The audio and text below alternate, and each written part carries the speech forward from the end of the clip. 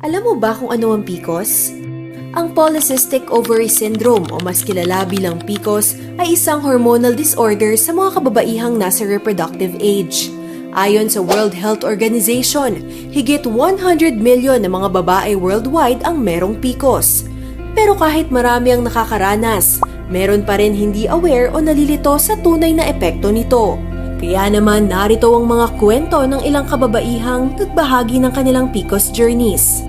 Ayon kay Tep, akala raw niya rare condition ang PCOS dahil hindi pa ito masyadong napag-uusapan noon. That was around 2011 or 2012. Ang nanonotice ko na ang tagal bago ako magkaroon ng monthly period.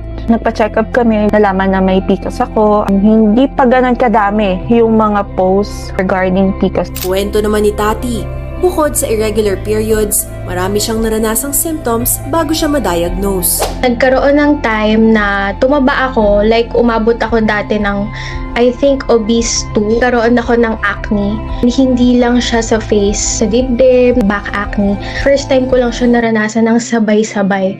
Ang iba pang symptoms ng PCOS ay pagkakaroon ng heavy o long periods, oily skin, excessive hair sa mukha o katawan, at baldness o pagnipis ng buhok. Bukod pa sa physical changes, nakakaapekto rin ang PCOS sa mental health. Actually, I was very insecure that time kasi hindi ako confident na ba't biglang naging ganito. Before nun, okay pa yung weight ko, makinis ako. Ang PCOS hindi lang siya sakit, physically ganun. Nakakaapekto siya mentally. Before ako nag-pills, parang I am very emotional. Hindi ko naiintindihan yung sarili ko na anxious ba ako. Parang nagkakaroon ako ng mood swings. Dahil PCOS ang leading cause ng infertility, aminado naman si Aizel at Tep na may pangambang dulot ito sa kanila. Kasi hindi yung sasabihin ng OB, parang gano'n mahirapan ka mag-ovulate. Tatakot lang ako kasi since gusto ko magka-baby. Ngayon na mom of 2 na, thankful naman siya dahil healthy ang kanyang kids, kahit nakaranas ito ng konting komplikasyon. Yung una kong baby, hindi naman ako ganun kaselan. Tapos yung pangalawa, yun na premature siya kasi maaga siyang bumaba. Binahagi naman ni Tep na 2 years na nilang sinusubukang magka-baby ng kanyang husband. Part of me thinking na medyo mahihirapan kami. Up until na-discover ko yung OB ko ngayon, sa kanya ko nalaman na hindi ako baog. She told me na pumili ako. Either i-drop ko yung weight ko or bibigyan niya ako ng gamot or anything na makakatulong in order for us to have a baby. Me and my husband, pinili namin yung i-drop muna yung weight para during pregnancy, if magkaroon na next year, wala masyadong complications. Dagdag pa ni Tati, dapat alisin ang misconception sa pagbubuntes ng may PCOS.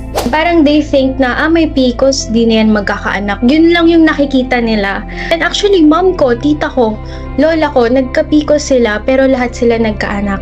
Iba't ibang sitwasyon yan. Sometimes, oo, nakaka-worry siya pero I don't think na it's necessary to assume na hindi na siya magkakaanak. Sa ngayon, hindi pa rin alam ang direktang dahilan ng PCOS. Pero may ilan itong contributing factors tulad ng namamanang genetic abnormality o poor dietary choices. Kahit walang cure ang PCOS, merong iba't ibang paraan para matulungan ang sarili na pwedeng simulan sa pagbabago ng lifestyle. Gaya na lang ng ginawa ni Tep. For diet, huwag masyadong intense. Hindi ka makapag-gym, pwede ka sa labas, maglakad ka lang. Pinaka natutunan ko dito sa healthy era ko na to is to control yung kain. Be consistent. Find support from your spouse, from your partner, from your friends. Pili naman nila na huwag mag-alangang magpa-check sa obstetrician o gynecologist para magkaroon ng proper diagnosis at malaman kung ano ang dapat gawin kung sakaling may PCOS. Dapat, ano yung mag-work sa'yo sa katawan mo. Kasi minsan, hindi mag-work sa iba, mag-work sa'yo. There's really nothing to be afraid about.